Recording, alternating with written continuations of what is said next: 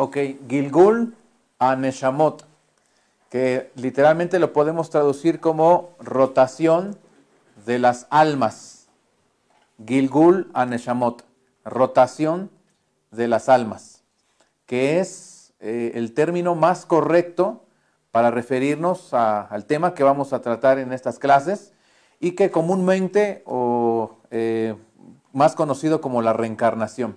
Aunque vamos a ver quizás la próxima clase que a veces usar el término reencarnación no es tan adecuado por algunos detalles, porque al hablar de la reencarnación se enfoca uno en el cuerpo y no en el alma, cuando el término Gilgul Neshamot en realidad se enfoca más en el alma que en el tema del cuerpo. Pero bueno, para bienes del entendimiento ahora y quizás en las clases diremos reencarnación, pero ya haremos después la aclaración cómo es, cuál es la diferencia. Pero bueno, la palabra Gilgul, que escribí aquí apenas ahora, aparece por primera vez y quiero que les invito a mirar, por favor, uno de los versículos donde aparece esta palabra. Está en el libro de Génesis, capítulo 29, verso 3. ¿Sí? Bereshit, capítulo 29, verso 3. Yo voy a estar leyendo algunas veces la versión de Reina Valera del 60. En algunas ocasiones voy a leer la Biblia de las Américas, que para mí es, creo que por lo menos hasta este tiempo, he visto que es una de las Biblias que está un poquito más equilibrada. Y bueno, cuando haga mención de otra versión, yo espero poder aclarar qué versión es para que la puedan ver. ¿Sí? Bueno, si están ahí, voy a leer. Bereshit 29, verso 3. Y juntaban allí todos los rebaños y revolvían la piedra de la boca del pozo y abrevaban las ovejas y volvían la piedra sobre la boca del pozo a su lugar. ¿Sí? Creo que esta sí es la versión Reina Valera para ustedes, no sé si es así.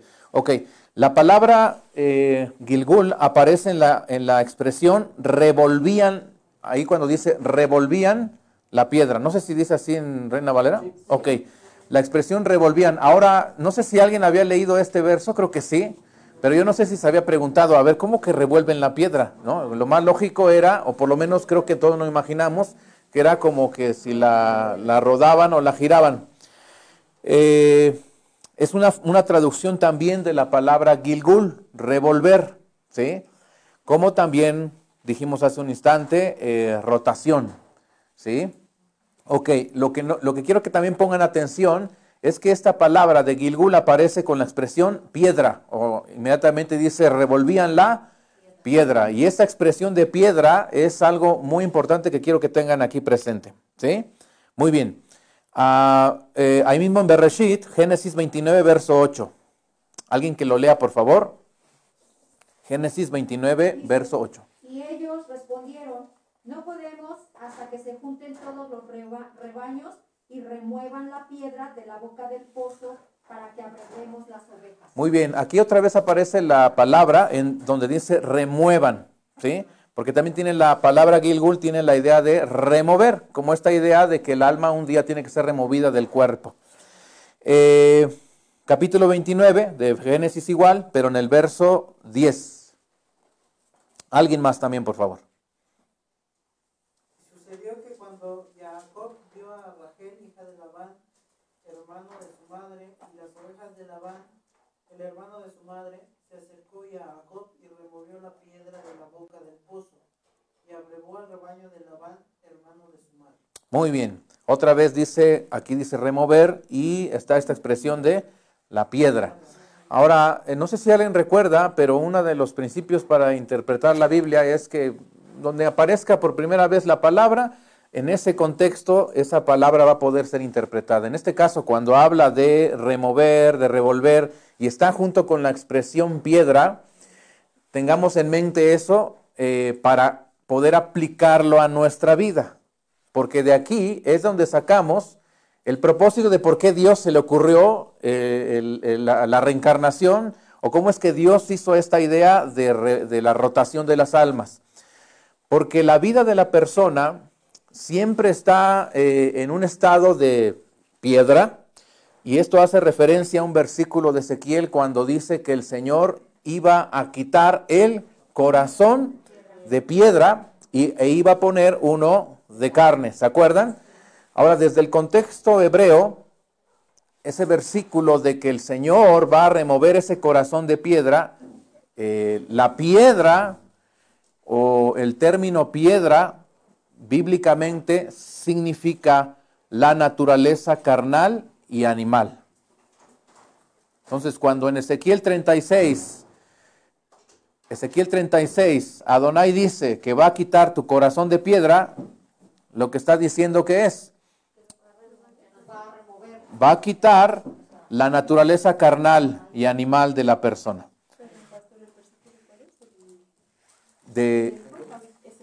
Ok, Ezequiel 36.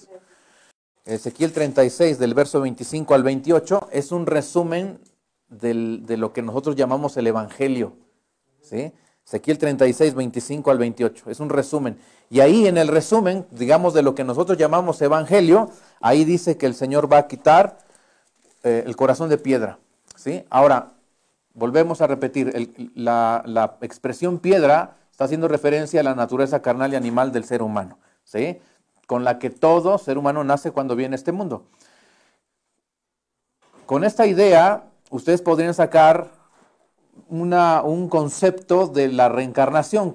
¿Para qué o qué es? ¿Cuál es el propósito de la reencarnación? ¿Cuál es el propósito de la rotación de las almas? ¿Cuál sería? Según en palabras, concluyendo un poco con lo que acabamos de ver.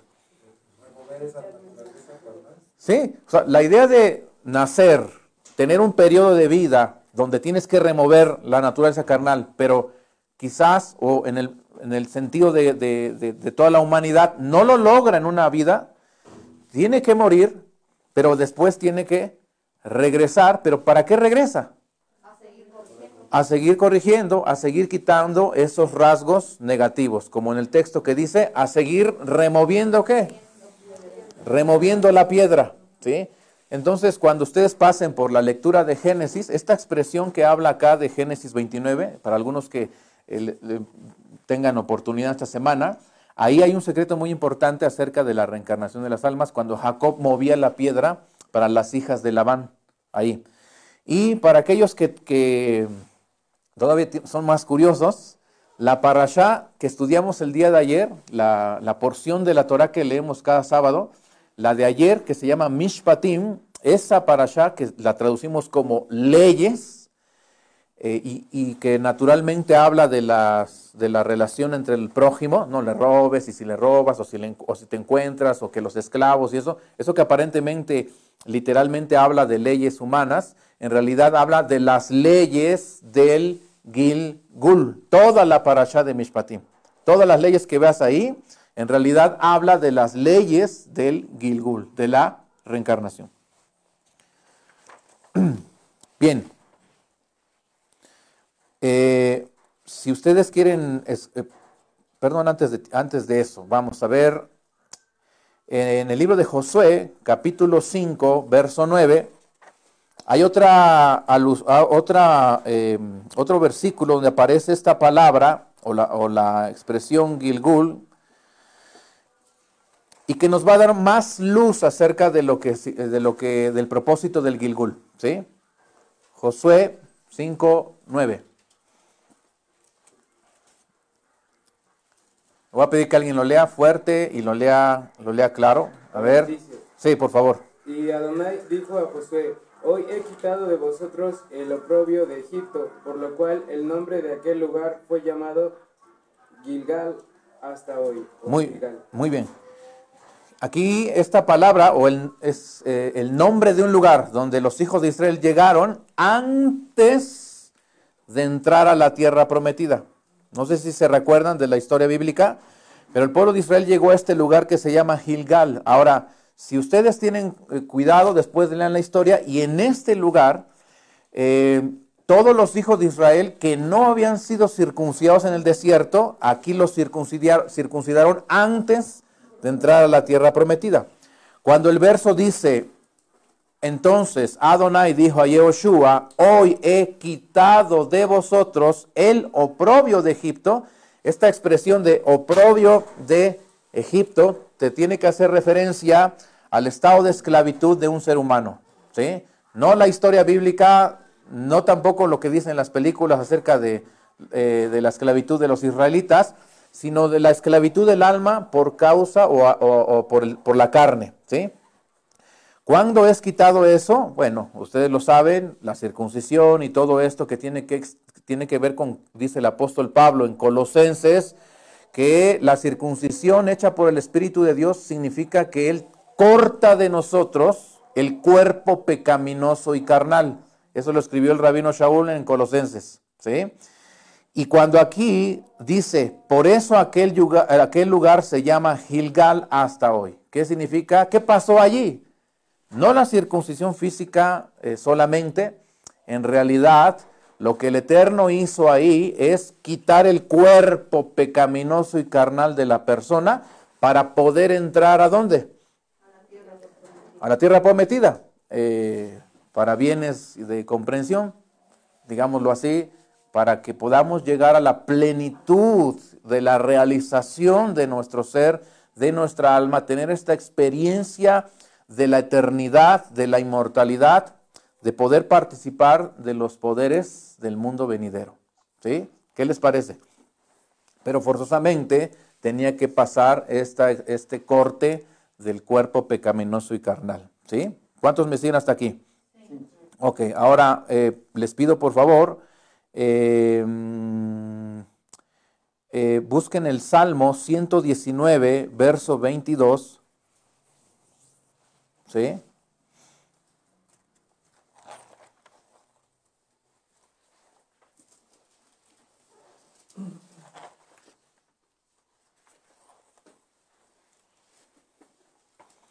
¿Están ahí?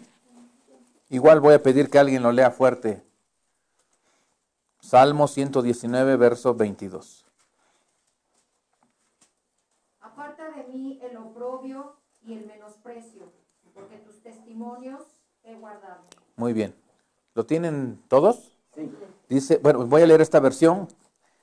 Quita de mí el oprobio y el desprecio, porque yo guardo tus testimonios. ¿Sí? En esta versión dice quita, en esa dice aparta.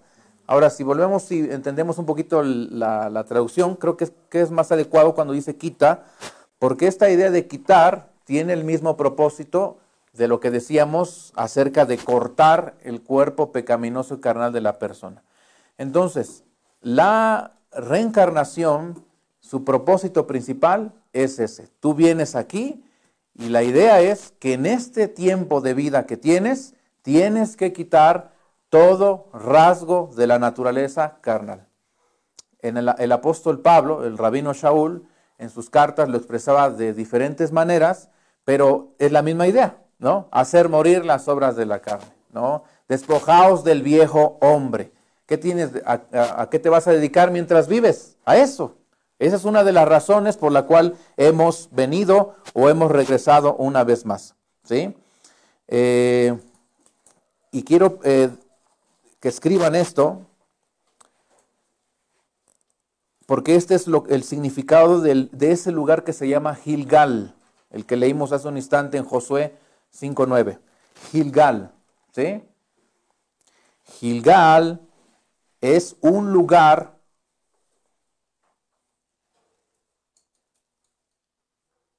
donde se remueven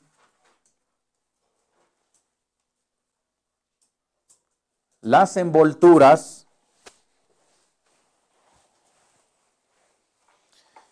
que en hebreo decimos kelipot, ¿sí? Donde se remueven las envolturas, kelipot. El rabino Shaul usó la expresión cauterización de la conciencia, ¿sí? Esta expresión de kelipá o kelipot, el rabino Shaul, en sus palabras, él usó cauterización de la conciencia, ¿sí? Ok, sigo. Cauterización de la conciencia. ¿Sí? Ok. A ver, repito, un lugar donde se remueven las envolturas, kelipot, de la vida de la persona, coma,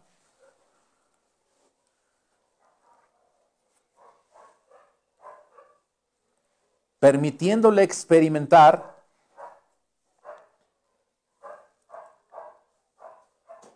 coma, percibir con mayor claridad a su creador.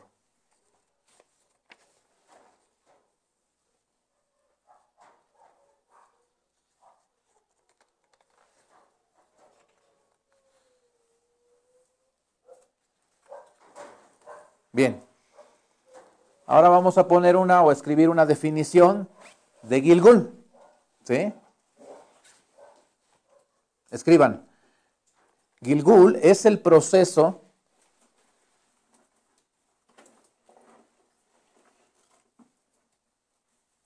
del sistema divino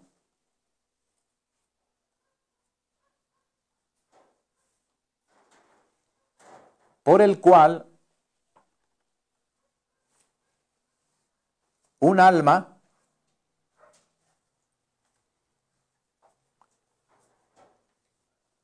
puede ir quitando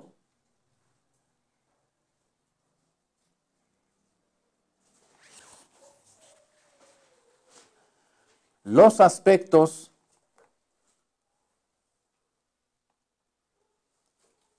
de negatividad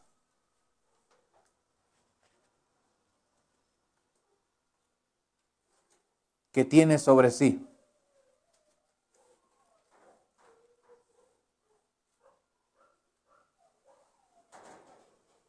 Logrando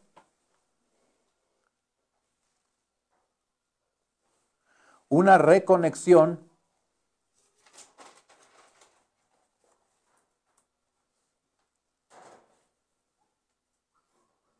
con su creador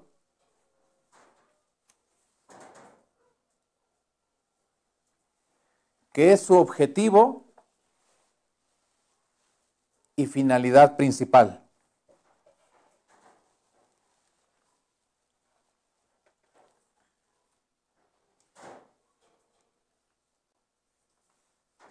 ¿Pueden leer lo que acaban de escribir? 1, 2, 3. Gilgul Es es el proceso del sistema divino por el cual un alma puede ir quitando los aspectos de negatividad que tiene sobre sí, logrando una reconexión con su creador, que es su objetivo y finalidad principal. Ahora, quiero asentar primero eso, porque para que vayamos entendiendo un poco más. Ahora, dijimos que es un sistema. Todo este sistema es, yo lo quiero decir de esta manera porque es así, a veces es demasiado complicado de entender. Y un poco como decía la pastora Adriana, para la meditación, para la reencarnación o el Gilgul del alma, cada alma tiene su particular experiencia en este sistema. No podríamos decir que a todos nos va a pasar igual o nos ha pasado o nos va a pasar igual, ¿me explico? Cada quien va a tener su propia experiencia en este aspecto de regresar, ¿sí? Pero bueno, vamos a intentar en estas clases entender el sistema, ¿sí?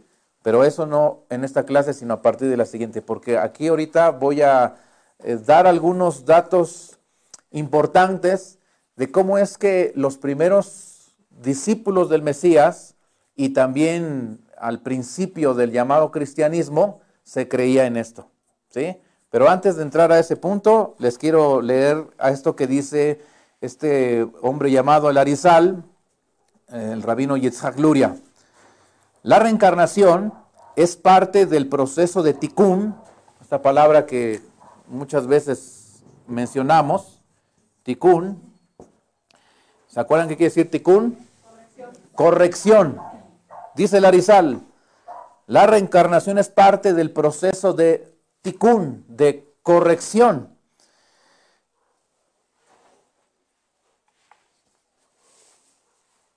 Y la tarea de cada persona, dice el Arizal, es restaurar la forma espiritual original. ¿Sí? Es restaurar la forma original espiritual. Mientras trabajamos vida tras vida. Vamos a ver un versículo que es, si no el principal versículo donde se fundamenta esta enseñanza, créanme que es algo que vale la pena después analizarlo, no en español sino en hebreo.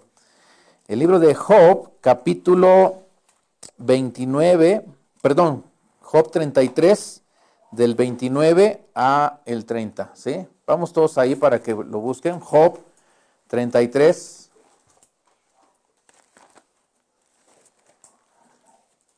29 y 30, ¿sí?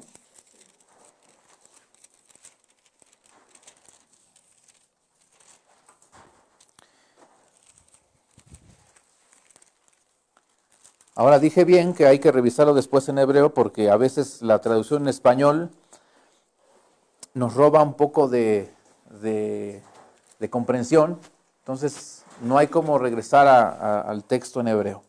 Bien, vamos a leer primero acá la versión que tenemos en español, de Reina Valera. Sígame por favor con su vista, ¿sí?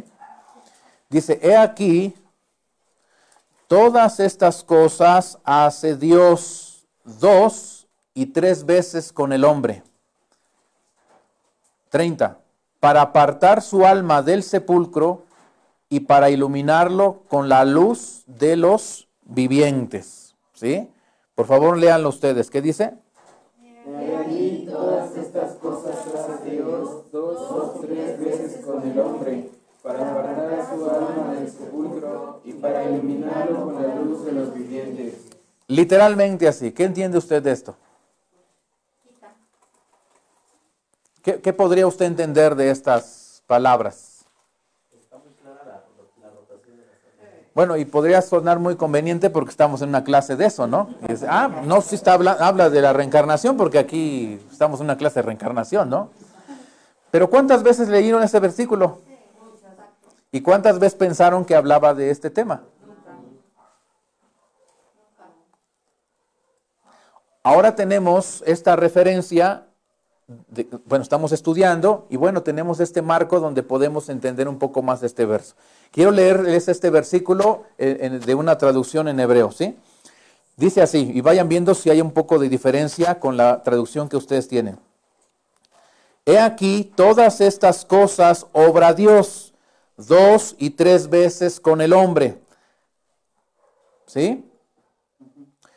Para traer su alma del pozo de la muerte, no sé qué diga acá, Del sepulcro. Ok, del sepulcro, al sepulcro, aquí dice, para traer su alma desde el pozo de la muerte a la luminosidad de la luz de la vida. La parte que me interesa, más allá de lo primero que leímos, es esta última que dice el verso 30, para traer a la luminosidad de la luz de la vida. ¿Sí? Luminosidad de la luz de la vida. Esa es la parte que yo quisiera que, si quieren subrayarlo, aunque en sus Biblias dice con la luz de los vivientes, pero en la versión hebrea, y bueno, dice luminosidad de la luz de vida. ¿Qué entendería usted por esta expresión? Luminosidad de la luz de la vida. Luminosidad de la luz de la vida. Sí, está hablando de la experiencia que tenemos acá. Pero esta vida no hay que pasarla en oscuridad. No estoy diciendo que sin problemas, eso es diferente.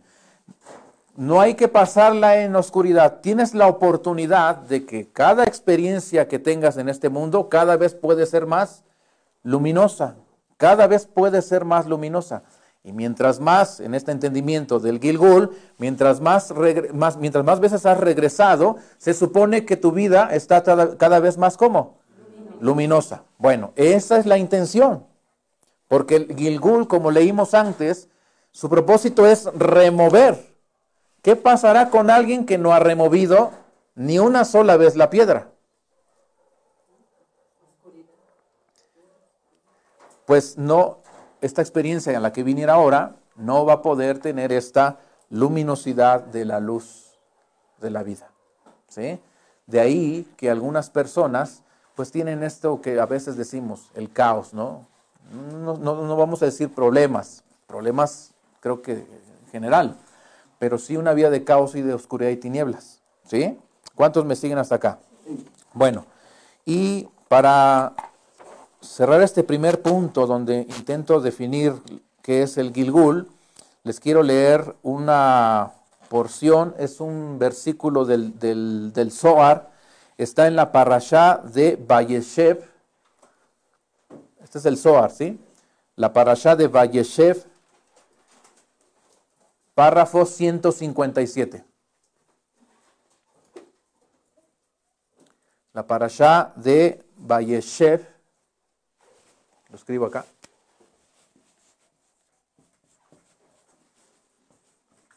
¿Sí? Párrafo 157. ¿Sí? Dice el Zohar. Bien. Ahora que el alma sagrada está dentro de él, es decir, de la persona, es digno de tener hijos a la imagen del bendito sea. Por lo tanto, un hombre debe multiplicarse para perpetuar la imagen del rey, el más alto del universo. El secreto de esto es el río que emite, supernal, Yesod, para los que saben del árbol de la vida, del ámbito llamado Yesod, de ahí es donde emana, dice, esta posibilidad de tú como ser humano crear otro ser humano a la imagen de ¿quién? Del Creador. Y si alguien se recuerda, en Yesod, aplicándolo a nuestros cuerpos, son los órganos reproductivos, ¿sí? Dice, Yesod, cuya agua nunca se detiene. Del mismo modo, un hombre nunca debe detener el flujo de su río y la fuente en este mundo. ¿Qué significa eso? Significa que cuando un hombre piensa y dice, yo no quiero tener hijos, está yendo en contra de la voluntad del Señor. Porque la voluntad del Eterno es que Él siempre esté proveyendo de la semilla. ¿Para qué? Para que vengan hijos que son creados a imagen y semejanza del Creador. ¿Vamos bien? Ok. Cuando un hombre no tiene éxito en engendrar hijos en este mundo, el santo, bendito sea, lo desarraiga de este mundo y lo replanta una y otra vez. Es decir, muere y nace de nuevo en el mundo hasta que logra engendrar hijos. ¿Qué les parece? Entonces, por eso es que los judíos tienen como un gran mandamiento, lo que está escrito en la Torah. ¿Cuál es el primer mandamiento de la Torah? ¿Te acuerdas? ¿Alguien se acuerda? Sí, que tiene uno que multiplicarse. Ese es el primer mandamiento. Cuando un ser humano no lo logra, va a tener que... Pero ponga atención, aquí habla del hombre. ¿Sí? Del hombre. ¿Vamos bien? ¿Se acuerdan de un rey que vino un profeta y le dijo, Dios dice que te vas a morir? Y este rey le entró el pánico y dice que volteó contra el muro y empezó a orar, Señor, ten misericordia de mí. Y ya ni salía el profeta y que regresa. Dice el Señor que te va a dar. ¿Quién era este hombre? El rey Ezequías. ¿Saben por qué le vino el juicio de muerte a él? Porque él dijo, yo no quiero tener hijos. Porque por su capacidad profética vio que sus hijos más adelante iban a ser un desastre.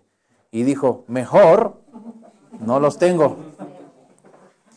Pero eso le causó que viniera un juicio sobre él y que se le fue a quitar la vida.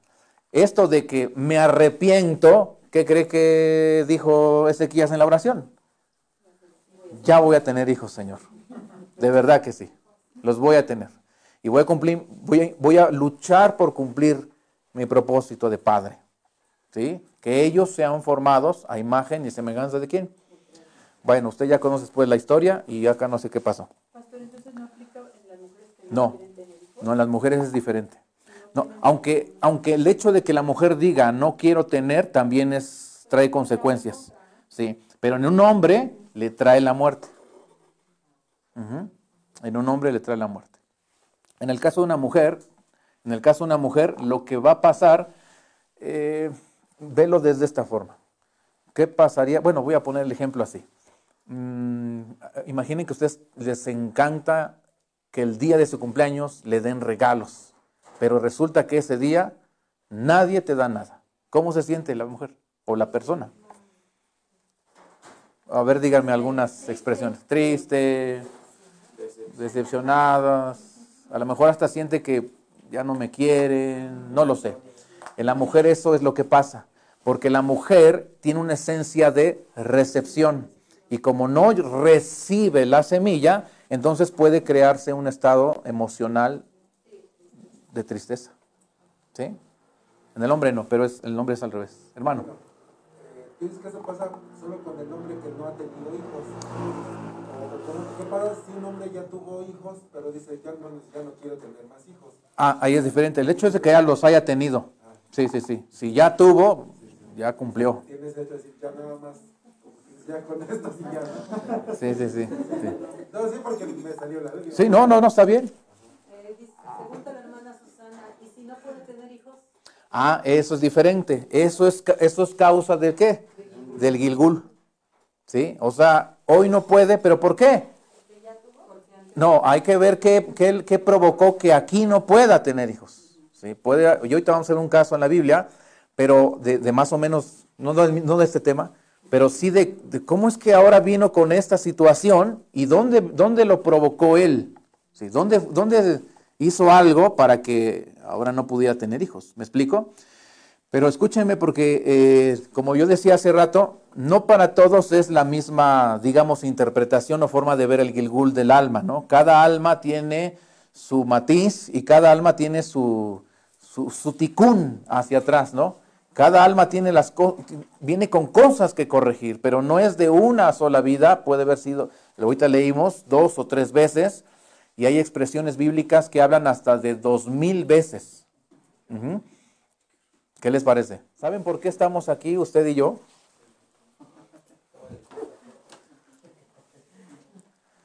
¿Saben por qué ustedes están acá? O sea, no, ¿por qué otros no pudieron llegar? ¿Sabe por qué ustedes están escuchando esto? No es solo porque tenían que escuchar, es porque nosotros ya la hemos regado un montonal de veces. Y Dios, en su infinita misericordia, dice, bueno, pues hay que ayudarlos porque...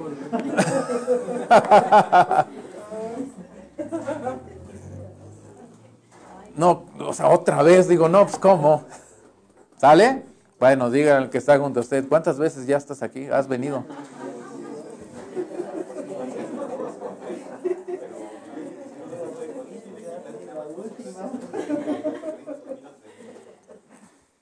¿Qué les parece eso?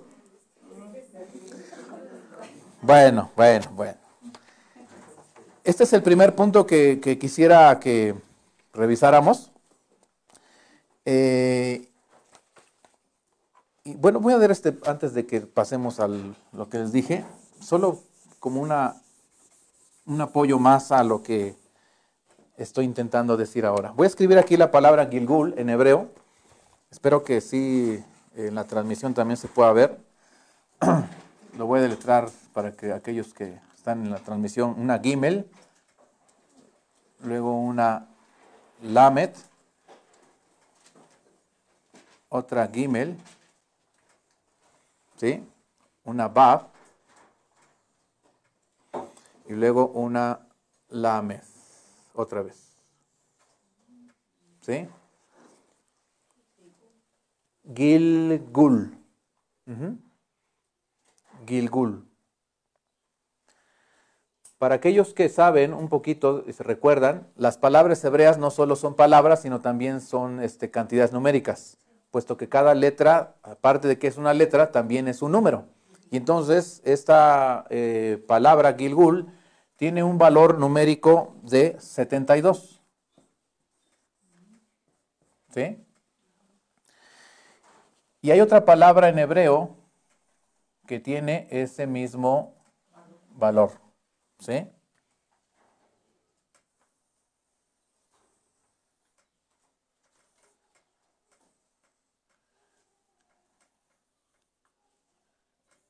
¿Alguien puede leer esta que está aquí? No, es una Het, Gesed y una Dalet. Gesed. ¿Y cómo traducimos Gesed? ¿Alguien se acuerda? Bondad, misericordia, pero más precisamente bondad o misericordia amorosa. ¿Sí? Entonces, el Gilgul es solo una manifestación o es la manifestación de la misericordia amorosa de Dios. Eso es el Gilgul. ¿Sí? Es la manifestación de la misericordia amorosa del Señor. El hecho de que alguien regrese no es porque sienta este terror de, no, es que yo no quiero regresar. No, pero si pasara, es solamente que Dios está mostrando su favor y su misericordia contigo. No es un castigo. ¿Sí? Y ya lo veremos más adelante, donde hay casos bíblicos donde gente llegó a estar en piedras. Pero eso no significa que es un castigo. La perspectiva pagana de la reencarnación sí se ve como un castigo. Sí, si ustedes saben, culturas como los hindúes, el budismo y muchas culturas de Oriente igual aceptan la reencarnación y en muchos casos esa es la idea, que es un castigo, ¿no? Hasta que la persona haya venido en una piedra, en una planta, en un animal, lo toman como un castigo, ¿no? Que ha venido sobre sus vidas. Desde la perspectiva hebrea, nada que ver. ¿Por qué? Porque es misericordia, es solo misericordia. Entonces, el Gilgul es Gesed, es misericordia del Creador. ¿Sí? Es misericordia amorosa, misericordia amorosa. Muy bien. Siguiente punto, y espero en el Eterno poder hacerlo adecuadamente. Voy a hablar algunas evidencias, como yo decía, de cómo es que antiguamente, digo, los primeros discípulos del Mesías o de este movimiento mesiánico, cómo es que todavía ellos dentro de su enseñanza, el Gilgul era parte de su vida diaria. ¿Me explico? Bien, la primera fuente que voy a citar es del historiador que se llama Flavio Josefo. Para algunos que, no sé si lo recuerdan, Flavio Josefo, déjenme ver si aquí está, vivió del año 37 al año 100 de la era común. ¿Puedo borrar esto que ya puse acá? Ok.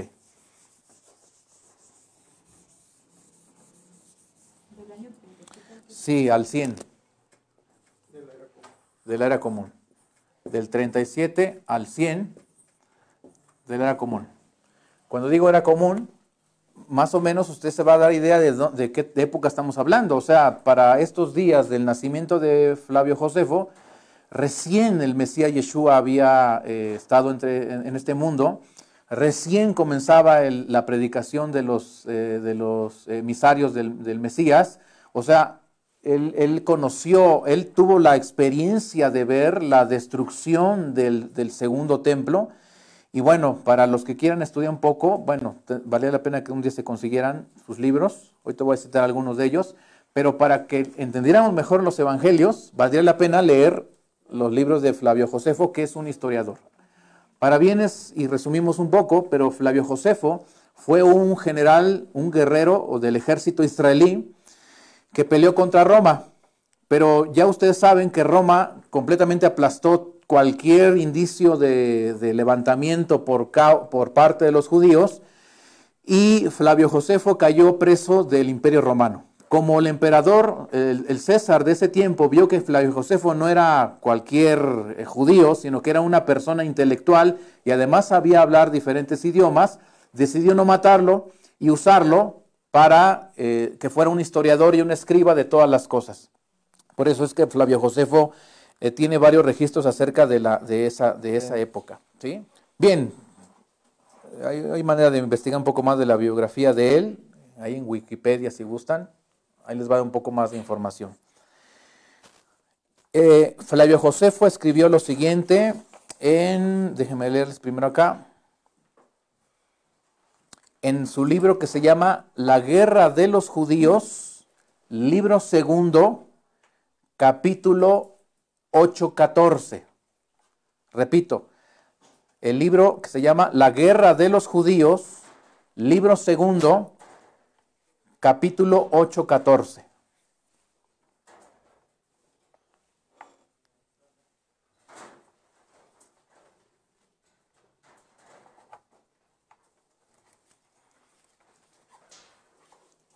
No voy a leer todo lo que escribió, pero de lo que él viene hablando en esta cita es acerca de los diferentes grupos y sectas que había en ese tiempo. Él viene hablando en su relato acerca de los esenios, viene hablando de los saduceos, de los fariseos, y él está relatando cómo es cada uno de los grupos. Y en esta parte, en este capítulo 8:14, él empieza a hablar de los fariseos. ¿Sí? ¿Vamos bien hasta acá? Ok, y dice él, ellos dicen, es decir, los fariseos, que todas las almas son incorruptibles, pero que las almas de los hombres buenos solo se trasladan a otros cuerpos, pero que las almas de los hombres malos están sujetos a castigo eterno. Esta era una enseñanza común ¿entre quién? Entre los fariseos. ¿Sí? Bien, esta siguiente cita está igual en el libro de la Guerra de los Judíos, solo que es el libro 3, capítulo 8, verso 5. Y escribe Josefo, además, si alguien destruye o abusa de un depositum, es una palabra latina que él usó en ese momento, hablando del cuerpo, ¿sí? Si abusa o destruye este depositum que ha recibido un hombre simple, se le estima como una persona malvada y pérfida, ¿sí? Es decir, si maltratan su cuerpo, si lo... Dice, pero entonces, si alguien echa fuera de su cuerpo este divino depositum, ahora dice el alma, si alguien hace que su muerte, o sea, si provoca su muerte, haciendo que el alma se vaya, lo que llamaríamos hoy el suicidio, podemos imaginar que quien es ofendido por él no lo sepa, es decir, ¿acaso Dios no se va a ofender por eso que acaba de hacer, de suicidarse? Además, dice, nuestra ley ordena justamente que los esclavos que huyan de su amo serán castigados, aunque los amos de los que huyen puedan haber sido amos inicuos para ellos. Y nos esforzaremos por huir de Dios, que es el mejor de todos los amos y maestros, y no pensar que somos culpables de impiedad. ¿No sabéis que los que se apartan de esta vida, según la ley de la naturaleza, y paguen la deuda que recibió de Dios, cuando el que nos la prestó se complazca en reclamarla nuevamente, disfrute de la forma eterna? Sus casas y su propiedad están seguras. Y estas personas, dice, sus almas son puras y obedientes. Y obtienen, está hablando ahora de aquellos que mueren naturalmente, ¿sí? Por eso dice aquí, según la ley de la naturaleza, dice, sus casas, sus propiedades están seguras y sus almas son puras y obedientes y obtienen un lugar santísimo en el cielo, de donde en las revoluciones de las edades, está haciendo una referencia al Gilgul, son nuevamente enviados a cuerpos puros, mientras las almas de aquellos cuyas manos han actuado locamente contra sí mismos son recibidas por el lugar más oscuro del Hades, y mientras Dios, que es su Padre, castiga a los que ofenden, lo ofenden en su posteridad. Por eso Dios odia tales actos. ¿Sí?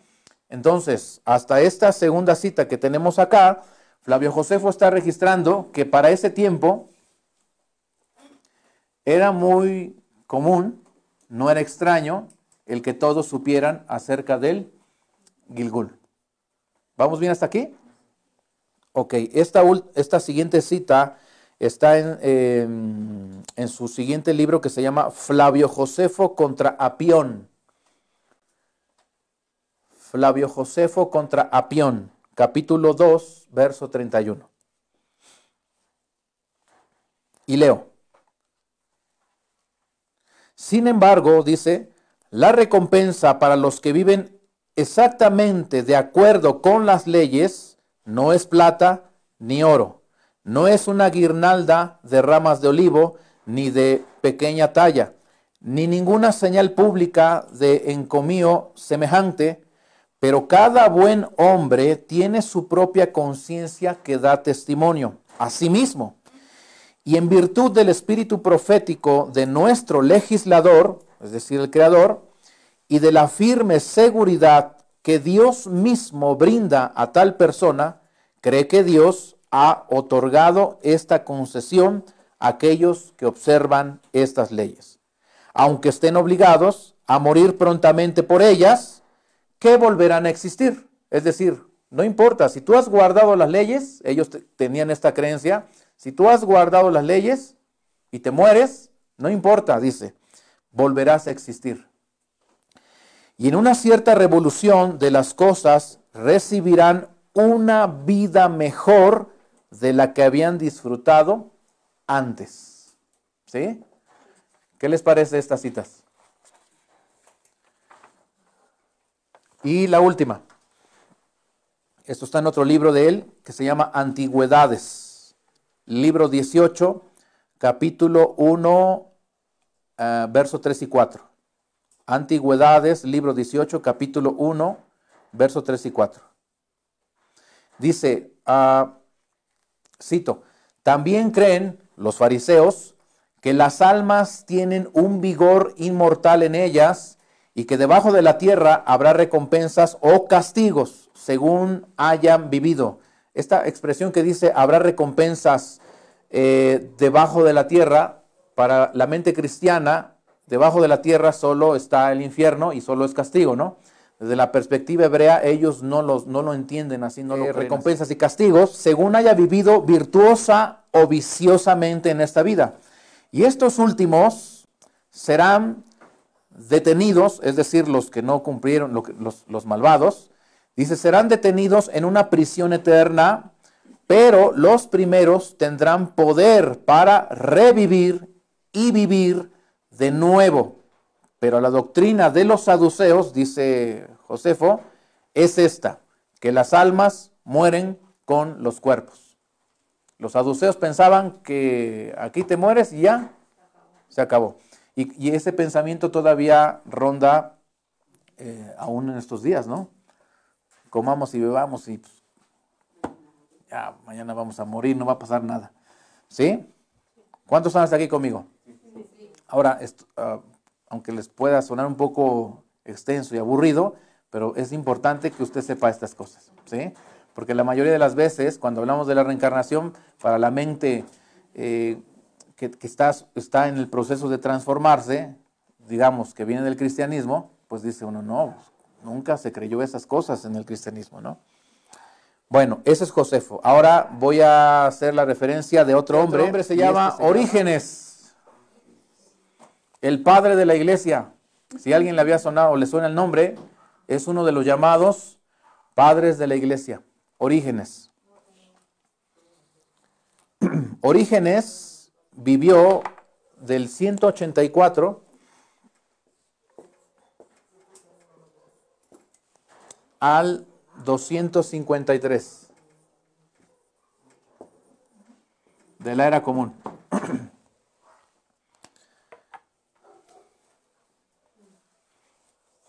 ¿Sí? Fue un erudito, un asceta. Miren, Orígenes siguió el pensamiento de los fariseos, pero también de los esenios. Y para que vean hasta dónde llegó Orígenes, él llevaba el cumplimiento de la Biblia y de los mismos evangelios casi al pie de la letra, que cuando el maestro Yeshua dijo, hay algunos que se mutilan por causa del reino de los cielos. No sé si se acuerdan de esa expresión. ¿Qué cree que hizo Orígenes? Sí, se mutiló. Dice, no, yo voy a seguir a mi maestro en todas sus palabras. Y se mutiló. ¿Qué les parece? No se cortó su mano, hermanos, ¿eh? Bueno, ya saben que se mutiló, ¿no? Leo un poquito acerca de él. Dice, fue torturado por su fe durante la persecución de Decio en el 250, en el Imperio Romano, y 3 años después murió. Orígenes fue un gran teólogo y un gran maestro de las Escrituras e hizo una edición crítica de la Biblia hebrea. O sea, era un hombre que se metió a estudiar, pero increíblemente todo lo que le habían pasado del Evangelio de Yeshua. Bueno,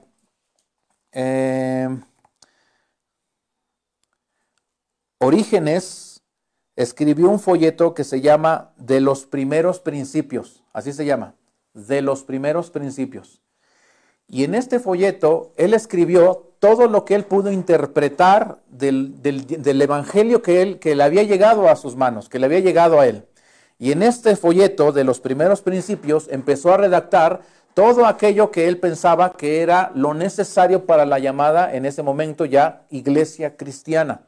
Ya el cristianismo y el judaísmo estaban empezando completamente ya a separarse. Los apóstoles habían ya muerto. Se recuerdan que Juan, el discípulo amado, fue el último en morir. Ya no había líderes judíos propiamente dicho. Ya muchos gentiles empezaban a tomar control y dirección del movimiento mesiánico. Y bueno, Orígenes empezó a ser uno de ellos. ¿Vamos bien hasta aquí? Ok. Del 250, ¿sí?, hasta el 553, igual de la era común, es decir, casi a punto él de morir, pero de este año 250 al 553, la iglesia cristiana seguía prácticamente toda la teología de Orígenes. O sea, toda la iglesia cristiana se regía por las interpretaciones de Orígenes. ¿Sí? Ahora, no era el único, había otros maestros que estaban levantándose. De hecho, surgieron después varias corrientes por causa de varios hombres como Orígenes, los arrianos, y unos decían que Jesús sí había encarnado, otros que no. Otros decían acerca de la Trinidad, otros seguían la enseñanza judía de que no hay tal cosa como Trinidad, y bueno, así se fue formando la iglesia cristiana. Pero por lo menos del 250 al 553, Orígenes tuvo una influencia muy fuerte en la iglesia cristiana. Y en sus enseñanzas, Orígenes establecía que la reencarnación era una doctrina en la iglesia cristiana. Orígenes enseñaba acerca del Gilgul Aneshamot, tal cual como lo enseñaban en el judaísmo, sin ninguna alteración. Esto provocó el enojo de varias corrientes cristianas que sí se estaban separando completamente del judaísmo y que entonces, de este año acá, aunque hubo mucha influencia de Orígenes, también se levantaron muchos que decían que Orígenes era un hereje. ¿Sí? ¿Vamos bien?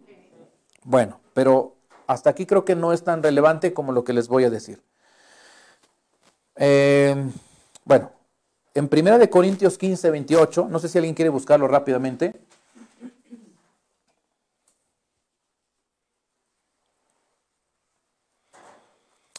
Fue uno de los versículos que Orígenes usó fuertemente para seguir sosteniendo la enseñanza del Gilgul.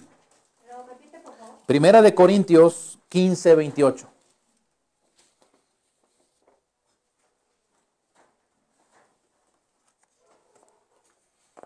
¿Alguien lo tiene? Sí, a ver. Por favor, Yehu, A ver. hermano Yehu. Y si no hay intérprete, calle en la iglesia y hable para sí mismo y para Dios. 1 Corintios Perdón, 15, ¿qué? 28. 15, 28, sí. Dice, pero luego que todas las cosas le estén sujetas, entonces también el Hijo mismo se sujetará al que le sujetó a él todas las cosas para que Dios sea todo en todos. ¿A qué le suena la expresión para que Dios sea, cómo? Todo en todos. Todo en todos. ¿Qué incluye todos?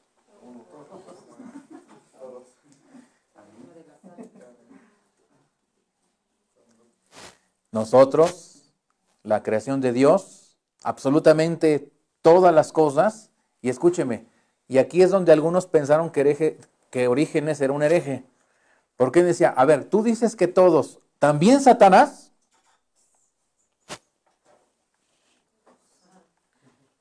Entonces decían, no puede ser, tú estás mal, tú estás loco diciendo que Satanás un día también va a regresar a ser redimido, a que todos otra vez regresemos a reconectarnos con Dios por siempre, como era en un principio. No sé si me siguen con lo que estoy diciendo. Ahora, aunque no es el tema, y eso era un tema de Maseh Bereshit del curso pasado, más o menos entienden qué significa regresar al uno, ¿no?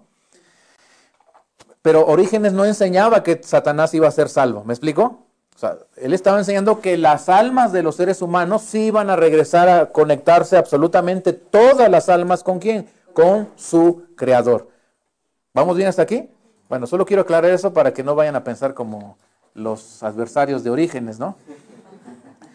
Pero este era un versículo que Orígenes usaba para empezar a enseñar que todas las cosas hoy están fragmentadas, pero mientras suceda el plan de redención, poco a poco todas se van a empezar otra vez a unificar y hacer todo otra vez uno.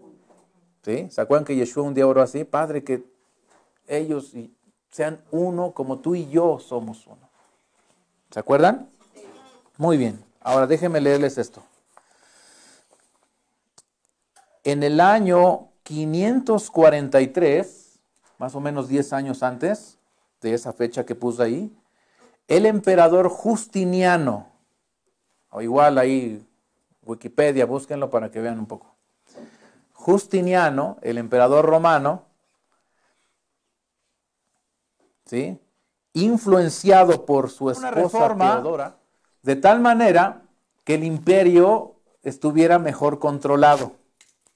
Ahora, ¿por qué? Lo que estaba sucediendo en los días de Justiniano es que el cristianismo había tomado un auge tan increíble y casi se estaba cumpliendo lo que dijo el Señor de que el evangelio era predicado en todo el mundo. Lógicamente el mundo conocido para ellos en ese entonces, o sea, todo el imperio romano prácticamente estaba evangelizado, ¿sí? ¿Qué sucedió? Justiniano veía un problema porque sí había ciertos sectores, incluido él mismo, que no le agradaba muy bien toda la teología cristiana de ese momento. Y esto estaba provocando una tensión en su imperio, y entonces él dijo, a ver, vamos a hacer un concilio donde ahora sí establezcamos una unificación de la creencia de toda la gente que vive en el imperio. Porque ya había cristianos que pensaban una cosa, cristianos que pensaban otra, y así había varias facciones de cristianismo en el imperio de Justiniano. Hizo un concilio en el año 543, ¿sí?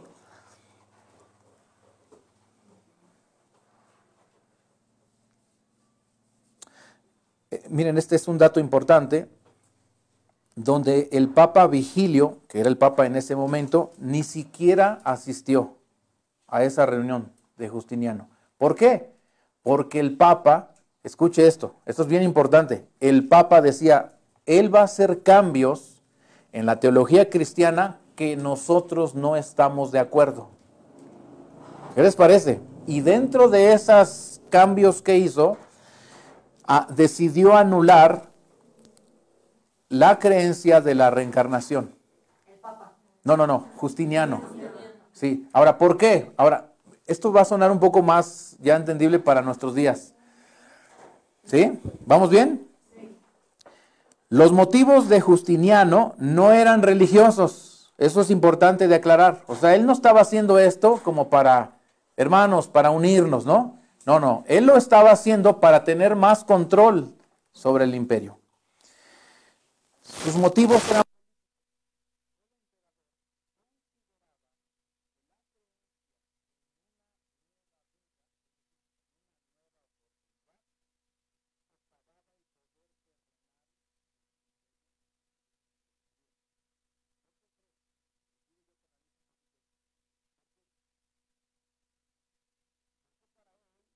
problema el que la gente supiera que un día iba a regresar, que había la posibilidad de regresar. Ahora, déjenme leer tantito. Y entonces, al contrario, estableció la fe de un cielo y de un infierno que premiara o castigara los actos cometidos en esta vida y que le conferían poder a él y así poder controlar su imperio. ¿Por qué para él era un problema el que se supiera o el se enseñara acerca del Gilgul? Y véalo desde un aspecto político, no religioso porque no era el tema, era un asunto político. Y en lugar de eso empezó a enseñar acerca de un cielo y de un infierno, castigo y recompensa. A ver, le invito a que piense. Porque sí puede ser sometido al pueblo a través del miedo, ¿no? A través del miedo. A través del miedo. Esa fue la semilla que él sembró en la iglesia cristiana, donde si desobedeces al imperio, si desobedeces al gobierno, te vas a ir al infierno. Pero si lo obedeces, te vas a ganar el cielo. ¿Pero qué problema había con la reencarnación entonces? Pues tenía la oportunidad, ¿no? O sea, ahí no había eso. Sí, bueno, está bien. Pequé porque desobedecí al emperador, pero bueno, hay una oportunidad, regreso, lo puedo corregir. Y eso es lo que no le gustaba a Justiniano. Exactamente. Entonces, aquí es donde se introduce eso que nos ha traído un buen de problemas hasta el día de hoy. La semilla del miedo para que te acerques a Dios. Si no crees en Dios, te vas a ir al infierno. Si no eres de tal religión, te vas a ir al infierno. Si te vas a ir al infierno, ¿no? Y la predicación del evangelio está basada ¿en qué? En el miedo. ¿A poco no?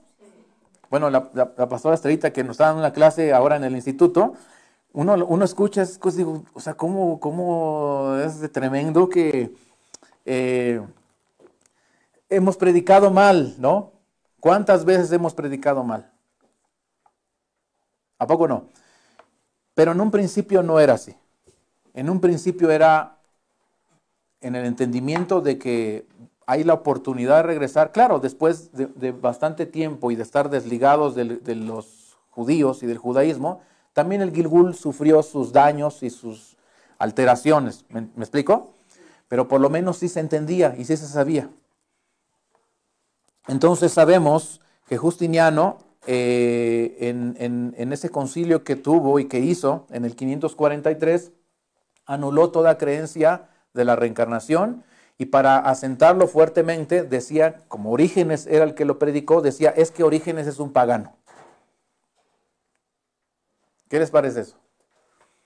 Bueno, con esto se asentó en ese concilio que la reencarnación era una blasfemia, era una herejía y que tal cosa no tenía sustento escritural. ¿Sí?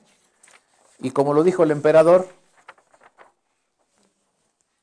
¿quién va a decir algo contra el emperador si se va a ir al infierno? Mejor no decimos nada porque nos vamos al infierno y luego ¿qué hacemos? Ya no hay oportunidad. Ahora escúchenme, esto es algo muy curioso. Yo no lo sé, tampoco no tuve oportunidad de investigarlo muy bien, pero para alguien que quiera después puede hacerlo. Como el Islam surgió del cristianismo de ese momento, no sé si saben que todos los musulmanes y la creencia del Islam pues es relativamente nuevo. O sea, fue una religión que fue creada aún por la misma Iglesia Católica, para los que puedan investigar un poco por ahí.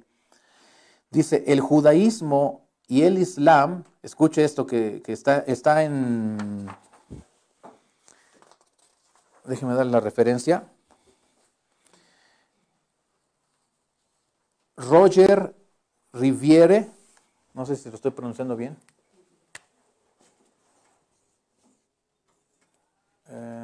Roger.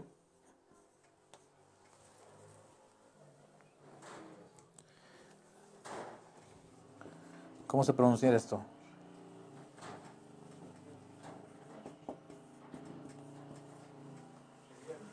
Riviere, ¿no? O algo así. Ok. Sí, no, yo creo que sí.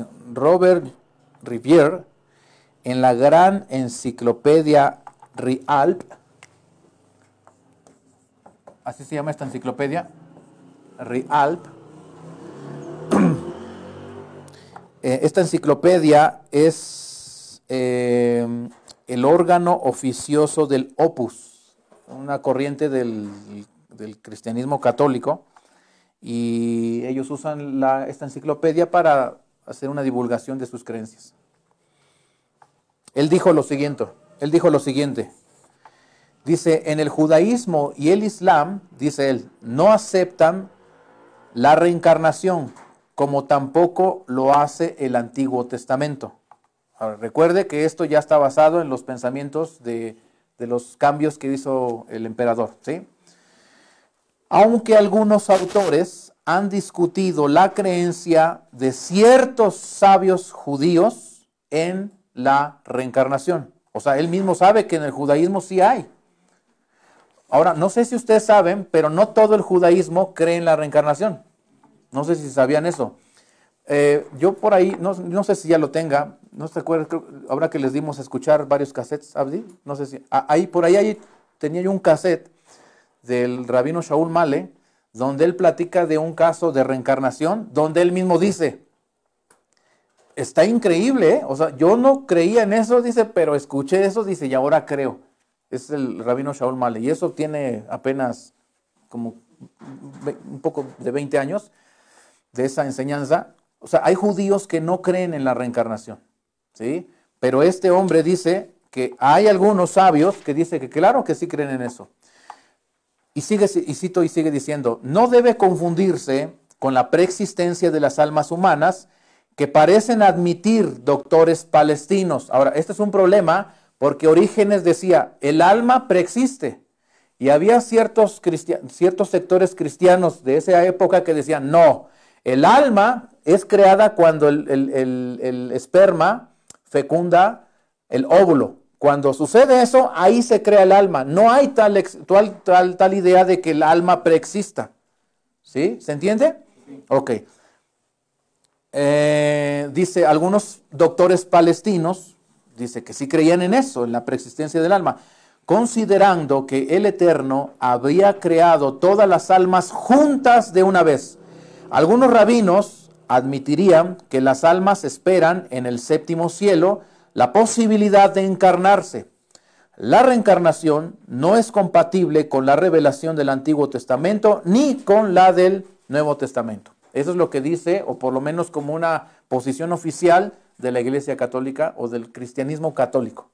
¿Sale? Y eso es lo que todas las iglesias católicas creen. El problema es, y aquí quiero hacer un paréntesis, que ahora que he estado investigando todo esto, a ver si se lo puedo mandar por el YouTube para que lo vean, pero hay un caso de una familia cristiana que su hijo, o sea, empezó a tener recuerdos extraños y empezaba a hablar de aparentemente una vida pasada. Pero no se olviden, estoy hablando de una familia cristiana, o sea, cristiana evangélica. El padre va relatando y dice, yo completamente incrédulo ante tal cosa, porque yo decía, es que esto no puede ser posible, porque a nosotros nunca nos han enseñado, la Biblia no habla de eso. Pero el relato del niño va siendo cada vez con más detalles y más detalles y más detalles, y hermanos, no les quiero platicar mucho, pero resulta ser que el niño tiene encuentro con gente, porque él platica y él dice que él murió en la Segunda Guerra Mundial, y para el día de que el niño platica esto, todavía hay sobrevivientes de la Segunda Guerra Mundial que fueron sus compañeros. Y el niño dice nombres, lugares y todo, y buscan a las personas y de veras existen. Los reúnen y es un momento tan, ¿cómo se puede decir? Tan increíble, porque el niño empieza a platicar con el que fue su amigo cuando eran jovencitos y empieza a decirle cosas y detalles, o sea, cosas así, pero dice uno, qué increíble. Bueno, pero al padre todavía eso no le convencía la verdad es que no le convencía, hasta que el niño le dice, yo me llamé así, y así, y así, y hoy hice esto, y estuve en esto, y estuve en esto. El padre empieza a investigar en internet todos los datos, y cuando dice que ve el nombre que el niño le dijo, y todo coincidía, estaba en internet, o sea, no es que el niño lo haya subido, o sea, eso estaba allí. Y cuando el padre lo ve, dice que él sintió como un balde de agua fría, y dice, no puede ser, esto es verdad. Pero se los voy a dar, y entonces él dice, el padre dice, y a partir de ese día, aunque yo soy cristiano evangélico, yo creo en la reencarnación. ¿A qué quiero llegar con esto? Todavía no acabo. Pero este tema, más allá de que sea una cosa que te leas en un libro o que aprendas de alguna fuente, tiene que ser una revelación. Y el día que lo es, de verdad que más allá de las evidencias y todo lo que hay acá, pero ese va a ser el momento en el que tú vas a poder entender todo esto que te digo que es un sistema diseñado por Dios, basado en la misericordia de Él, cuando sea una revelación. Ahora, para sorpresa mía, de hace algunos años para acá, nos hemos encontrado entre nosotros, entre nuestros hermanos, pues gente que ha tenido estas experiencias. ¿Y qué les dice uno? ¿Qué les vamos a decir? ¿Cómo respondemos? Hace no sé cuántos meses, todavía hace un año, creo, tuvimos una hermana aquí, una clase, ya grande ella. ¿Cuántos años tendría la hermana? 45 años de cristiana. Y estábamos hablando un poquito de esto, y hermanos, de verdad, no se los puedo describir, pero su cara se le cambió así, porque dice, esa es la respuesta que yo estaba buscando. Dice, porque, o sea, en todos los años que he estado en el cristianismo, y he ido aquí y allá, dice, no me pudieron responder esto, y empezó a platicar su experiencia. O sea, yo pasé esto y esto y esto y esto, dice, y nunca nadie me había podido decir, o sea, es esto. Y por causa de mi cristianismo, dice, pues yo nunca pude y ni quise hablar de eso. ¿Qué les parece eso? El hermano en ese día dijo, me siento libre. ¿Qué les parece eso, hermanos? Bueno. Sí, es exactamente lo mismo. Eso que llamamos nosotros déjà vu,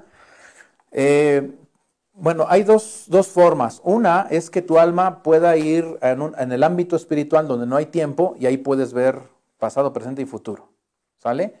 Y la otra es esta, el Gilgul, que tú has estado en esos lugares, en esos momentos y en esas circunstancias. ¿Sí?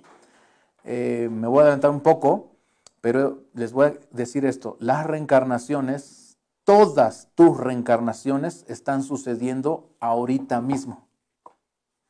No es que pasó hace años y no es que va a pasar mañana. Todas tus reencarnaciones están pasando ahorita. Pero diferentes. O por eso, bueno, perdón, ahorita se me vino a la mente que alguien dice que hay, bueno, a lo mejor no tiene nada que ver, pero sí. No, te dilo. Que hay 7 personas que son iguales a ti en el mundo. Eso no tiene nada que ver. Ok, bueno, no es que estén en 7 personas, sino, ¿no te acuerdas que hemos hablado de las dimensiones que hay en este mismo instante? ¿Sí? Y por lo menos hay 10. 10 posibilidades de ti. Estamos en diferentes dimensiones. Sí. ¿Qué les parece? Pero ustedes son conscientes de esta, qué bueno. Bueno, a mí me gustaría compartir algo con ustedes, ¿no? Sí. Algo que pasó hace años, cuando Elías estaba muy pequeño, yo creo que tenía como 4 años, justo ayer lo recordaba, ¿no? Con mi esposo. Sí. Porque estábamos en una ocasión comiendo, él tenía 4 años, éramos cristianos entonces. Sí. Yo le serví su comida, él comió y de repente se quedó como, no sé, como pasmado.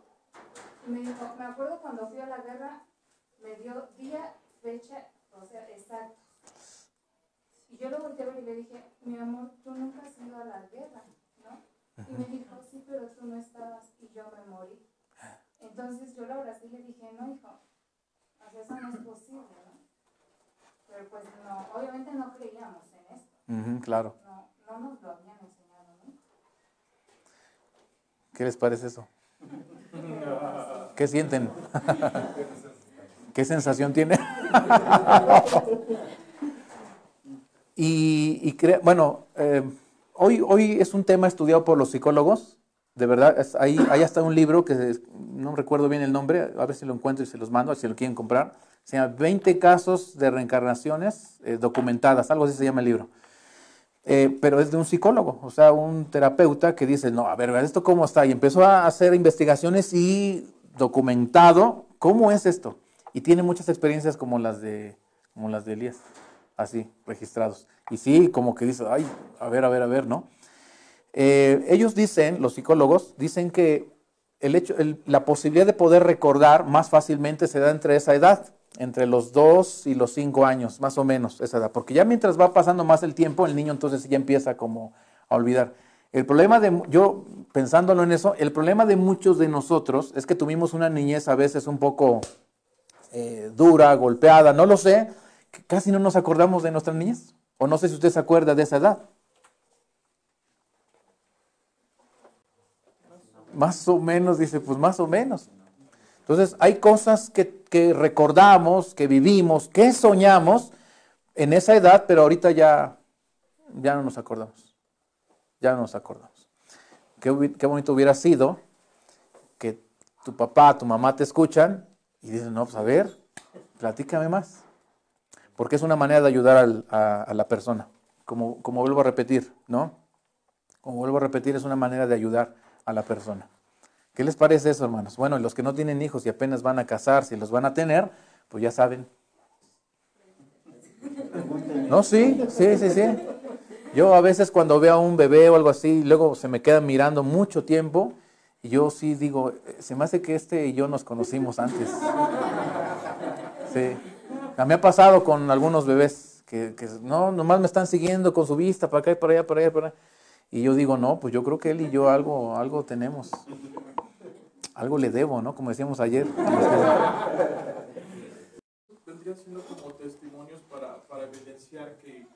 Sí, o sea, ¿Qué finalidad podría ser? sí, al final, como les vuelvo a repetir, tú lo escuchas y bueno, esto te ayuda a entender un poco más, si crees, pero al final no se pierda de lo que le dije, o sea, tiene que ser una revelación personal para ti. Ahora, ¿qué me refiero con una revelación personal?